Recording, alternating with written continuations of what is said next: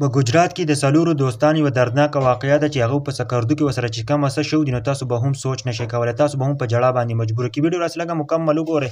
داسې وه که نه چې د ګجرات څلور ملګري وو چې په دې کې یو د بهر ملکونو نه راغلی و چې هغه نوم احسان دی او دا ټول پلان چې دی نو دا احسان جوړ کړی و. ویل چې داسې په چکر باندې ځو سکردو ته، او دا نور ملګري ورسره هم ویل چې لاړ به شو چې په دې کې د یو نوم شهزاد دی، د بل نوم سلیمان دی او د بل نوم عثمان ډار دی. ملګرو دې څلورو واڼو سلا بیا وکړله او دوی ویل چې په چکر باندې ځو.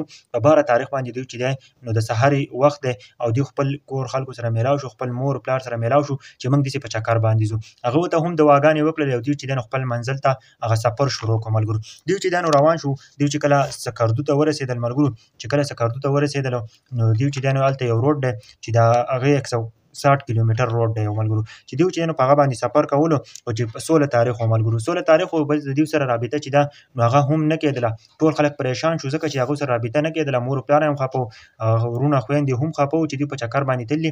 دلته چې دی نو موبایل چې دی نو هغه نه لګي. ملګرو د 16 تاریخ نه واله د 24 تاریخ پورې چې دی دوی سره بالکل رابطه نه کېدله مکمل طور باندې. بیا داسې شوه که نه وایي که نه وایي دغلته روډ دی، داسې روډ دی که نه د 160 کیلومتر والا چې دغلته نورې هم ډېرې غټې حادثې راغلي دي. ملګرو چې کله 24 تاریخ دی او ریسکیو والا هم خپل کوښښونه وکړل نو دوی هلته چې دی نو اګاړې لوېدلې وه. ملګرو اګاړې داسې لرې ځایګي ته لوېدلې وه که نه، او چې هغه ریسکیو والا کله لاړل که نه هغه چې دی نو هغه ورکو شو، ډېر په ګرانه باندې ورکو شو، هغه ځایګی ډېر زیات خطرناک و. ملګرو چې کله ریسکیو والا چې دی نو هغه ورکو شو نو وایي کتل نو 3 کسان چې دی نو هغه په دې ګاډي کې وفات شوي وو، مړه شوي وو، په ګاډي کې پراته وو. یو چې دی نو هغه چېرته په کمر باندې پروت او په کمر باندې چې دی نو هغه مړ شوی او پراته وو. ملګرو دا واقعه په سکردو کې راغلې ده او تر اوسه پورې ډېر زیات مکمل معلومات ځکه چې هغه چې دی نو احسان نومې هلک و چې دا بهر ملکونو نه راغلی و، هغه دا سوچ کړی چې د خپل ملګرو سره چې لاړ شو چکر له او هغه لاړل په کوم ځای کې چې دی نو هغه د دنیا نه رخصت شول.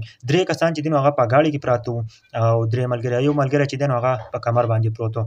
ملګرو ډېر خطرناک ځای دی، سیټه به تاسو ته ښکاري که نه، او ډېر خطرناک دی، ګاډي سره کم کار شوی دی. ملګرو دا په سکردو کې چې دی نو دا واقعه راغلې ده او د چې دی نو مکمل معلومات راغلل، نورو ملګرو سره ضرور شیر کړئ.